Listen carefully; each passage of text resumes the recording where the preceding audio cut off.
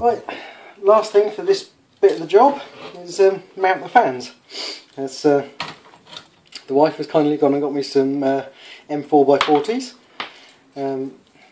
Need to find the arrows so it blows towards the sticker. So that goes in like that.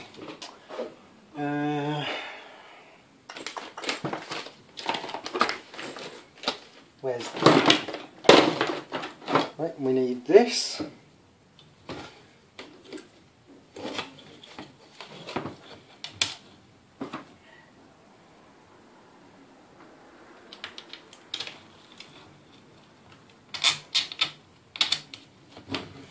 Spot on. Right, we've got some 4mm nuts.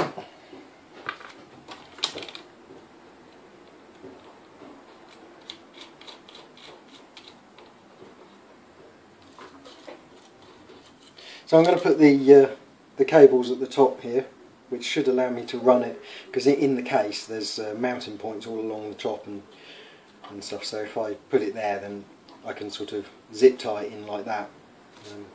I'm not quite sure how to connect it internally yet. I think I'll probably just solder it onto a piece of 1mm wire. The reason being, these are all going to be soldered into place, so to remove them I'd have to desolder them. So I mean, basically once this is in for good.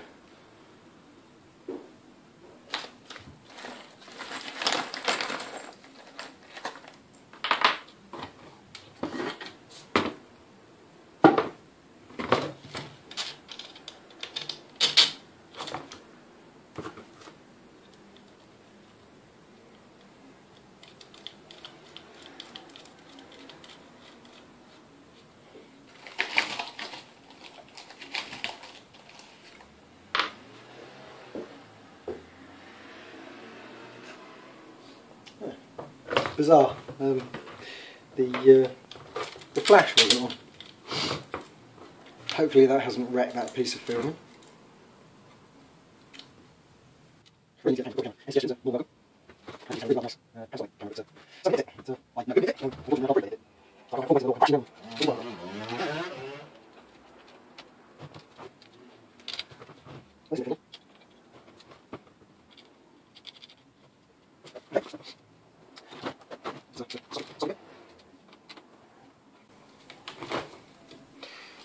Can't say I'm entirely convinced by that. That's it works, but they could have done with putting a few more of those clips in, like 4.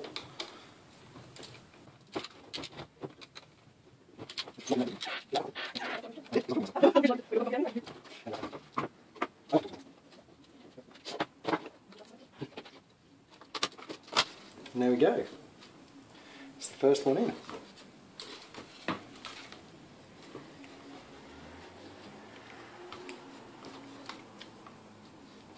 Let's get the orange lines off there. Right. Ow.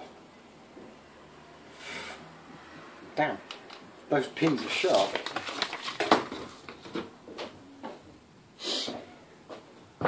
So, quick stick the other one in as well. Oh, where's my knife gone?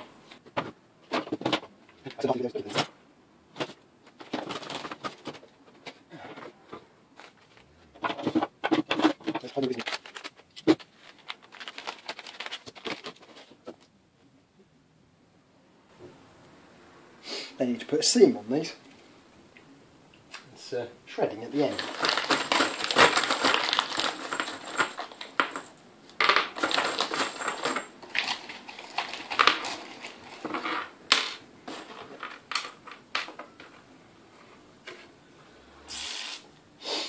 And we've got the fan.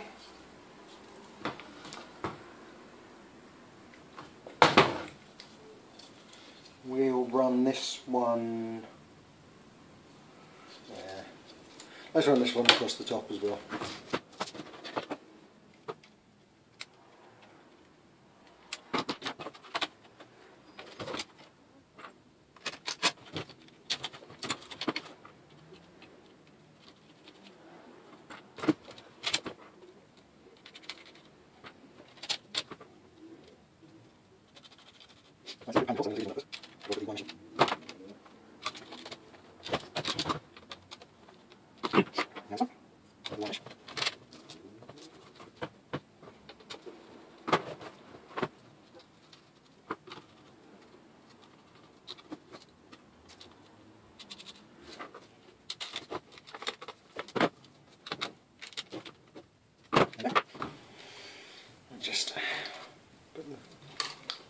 pad on, the filter pad.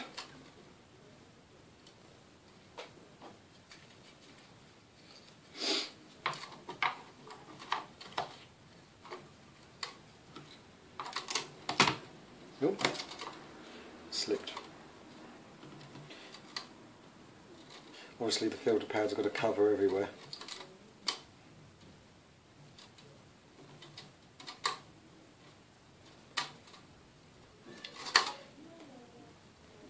Like the world's worst Velcro.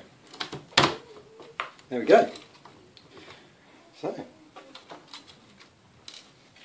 a finished connection panel. Try and get that all into shot at the same time. There we go.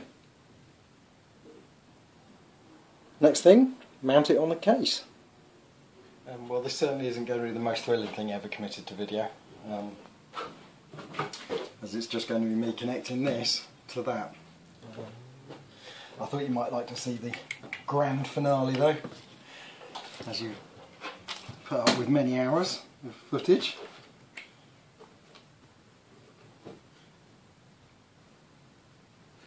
Just having a quick check, see if everything fits.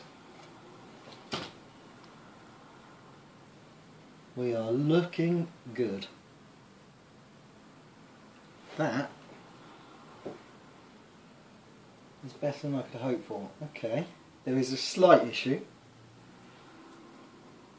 The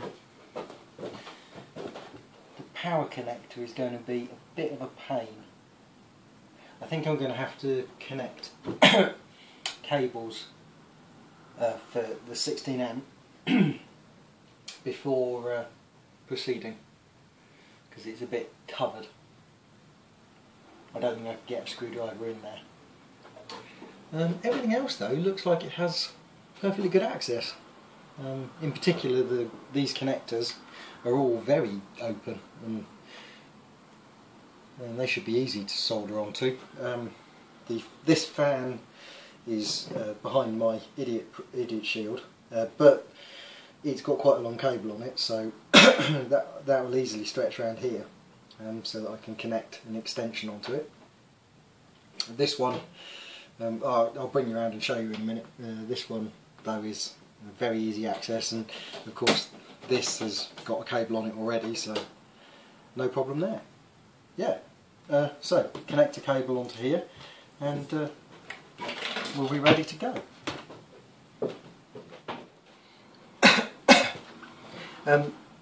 Right, so I'm not going to show you the routing the cable inside there because quite frankly I've got no way of holding the camera and I can't work one-handed. And also I want to show you the inside of the case at some other time, when I've had a proper think about what I'm going to say about it, because it's quite complicated in there.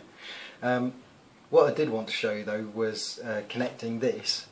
I don't have any 2.5mm flex, but what I do have is this 2.5mm cable, which is 105 degree, what's it called, tri-rated cable. And I wanted to say, get these bootlace ferrules if you can, because they make wiring up one of these cases so much easier. What you want to do is strip a piece of cable and then slide the bootlace ferrule over the top. You want to leave it so there's just a little bit sticking out at the end, a couple of millimetres. That's maybe actually a little bit much, but you can trim it off. Then grab yourself some crimps, slide it in and crimp. And what you should end up with is a pattern of dents and then a ferrule that basically will never come off. These are quite nice crimps. I didn't pay an enormous amount for them, 25 quid maybe. Well, they CK. I'm not sure they're made anymore, but worth every penny, I think. Different crimps make different indentations, but they all work in the same way, and they'll all make the ferrule stop coming off. If you do need to trim up the end, just a little pair of There you go. Let's trim that up nicely. And then you can just screw it in. And you don't have to worry about dipping the end. You don't have to worry about soldering the wires shut at the end. Or tinning them or anything. Just like that. Screw that down. You're done. Simple as that. Real time saver. So the earth connector is a little bit different. The others are just screw down terminals, whereas this one requires this sort of spade connector. The principle is very similar though. You just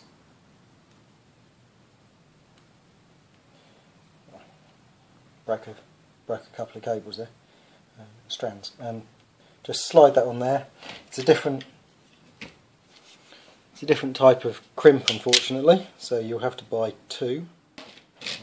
You have to insert it so the wire enters from that side, and then crimp for all you're worth. And that should then have that connected thoroughly onto there, and you can, as before, just trim a little bit of that off if you've cut it a little bit on the long side. So I've connected the three cables to the main switch. Here they are. I've wrapped a little bit of wire wrap around them just to keep them nice and tidy. And now just connect up the main socket. So you'll notice I've left the earth cable a little longer than the others. It's always good practice to do that. It's that means should anything get pulled internally, it should be the earth cable that comes out last, which is pretty good. If you think about it, you've pulled it, the lives come out, and waving around internally. The last thing you want is to have the earth have come out first, and so you're not going to blow a fuse or trip a breaker or anything.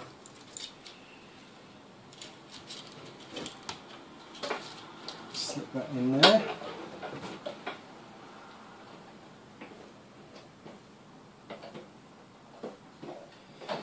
Okay, so I've maybe cut my cables just a tad on the long side.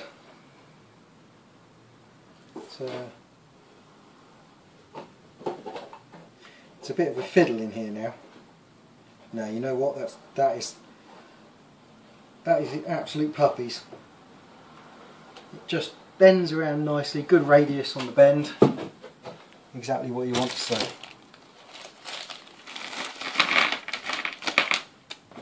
So we'll get some screws in.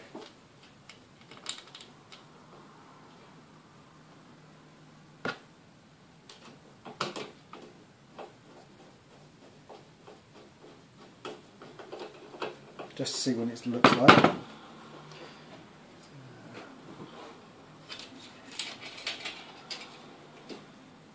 Yeah, so this is the fan cable. I've got absolute country mile of that. I've got an idiot shield here for the power supply, and I don't really want to have to take it off if I can avoid it. And it looks like I won't have to. Looks like I've got easy access to the cables, and it'd be better if the fan cable's routed this way anyway.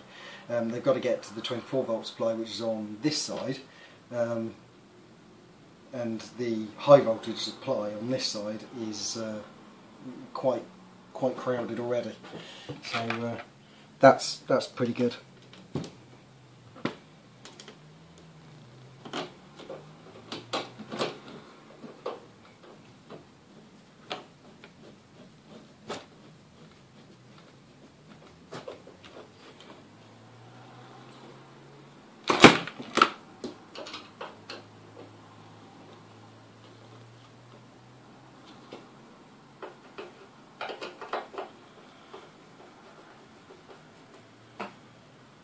Right, before I get any more carried away, I'm just going to do a quick continuity check, because obviously I've got another 10 cables to go in there yet, but if I have continuity with 2, then I'm definitely going to have it with 13 or 12 or whatever there is. So I'll connect to here, that screw to the lid.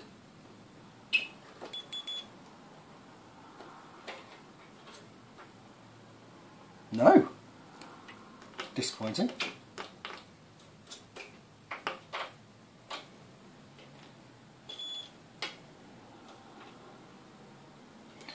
Disappointing and surprising at the same time. I would have thought I would definitely have had continuity there.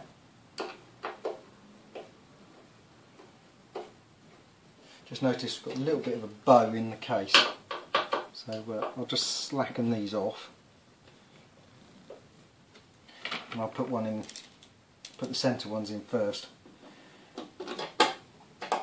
That will then cause any error to spread out towards the edges.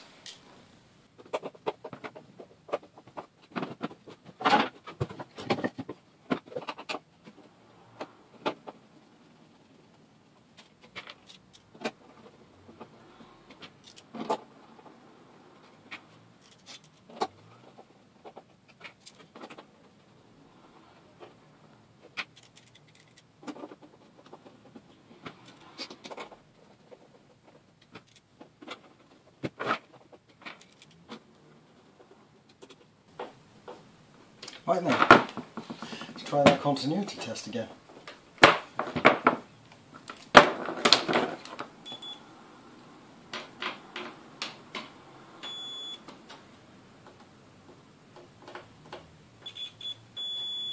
That's better.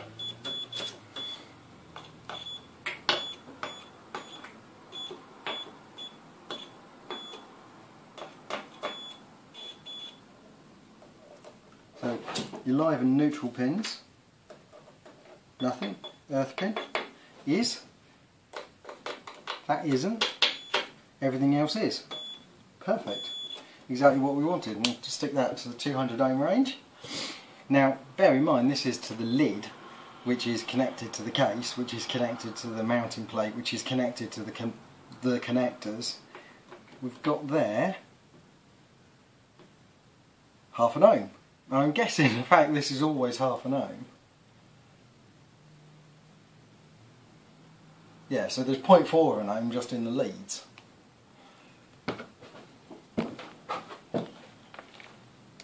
So there's 0.1 of an ohm from, yeah, there's 0.1 of an ohm from the body of that connector to the lid of the case. If we actually connect to the earth supply, it is 0.1 of an ohm. It's as low as this meter can read. It's low enough that I don't care. So there we go. That's mounted. Next stop is to connect some wires onto the fans. They'll be just dinky little 1mm wires, or even smaller if I can find it. It's such an unbelievably tiny amount of current to draw to drive those fans. Then what? Then I'll probably look at getting some of the stepper connectors connected to the drivers. I think I've got some of this shielded cable for that. It's this is one I made up earlier. You have a common neutral, so I found that you can get two of those quite nicely into a 2.5mm bootlace ferrule, like that. You can actually get double entry ferrules, but I don't happen to have any, and I found the 2.5mm one works perfectly, so I'm just going to do that. It's not even distorted, the outer casing, it's absolutely spot on. So I'll use that as a connection through to the connectors. So I've run a cable from the 24 volt supply, this one. I've run it down so it meets up with this little red cable here, which is for the fan. I'm just preparing to solder the two together. I wouldn't copy my soldering if I were you. I've got to be probably the world's worst solderer. But, you know, I live by the rule that if you get enough solder on there, it will stick eventually. It's irritating because my dad's an absolutely brilliant solderer. So you see, it doesn't go in families. That much I can say.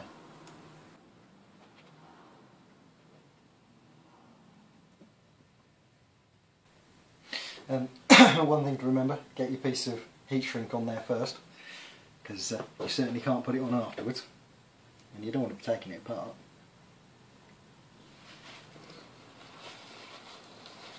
I should say, one thing I do know about soldering is don't solder anything that's plugged in, because you risk creating an earth leak and blowing up whatever's plugged in, or your soldering iron. Typically, whatever's plugged in is worse, but I don't know how expensive your soldering iron is. Right, once you've got a nice clean tip on your soldering iron,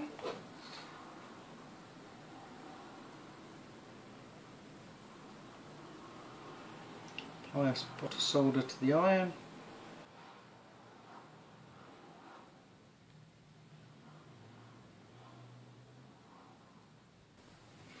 That'll do me.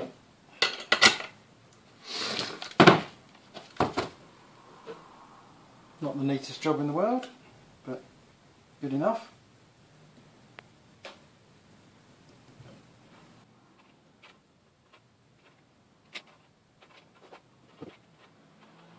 There we go, that's on there. Now we need to find the heat gun.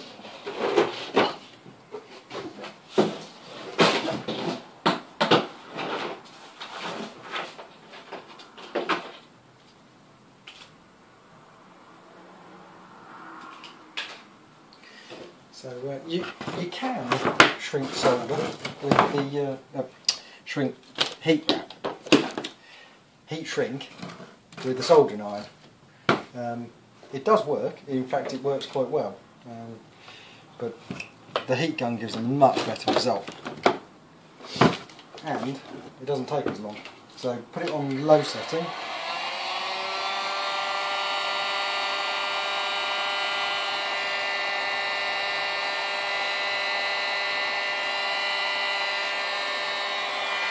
Job done. That's your first one done. Now I've got another 3 to do.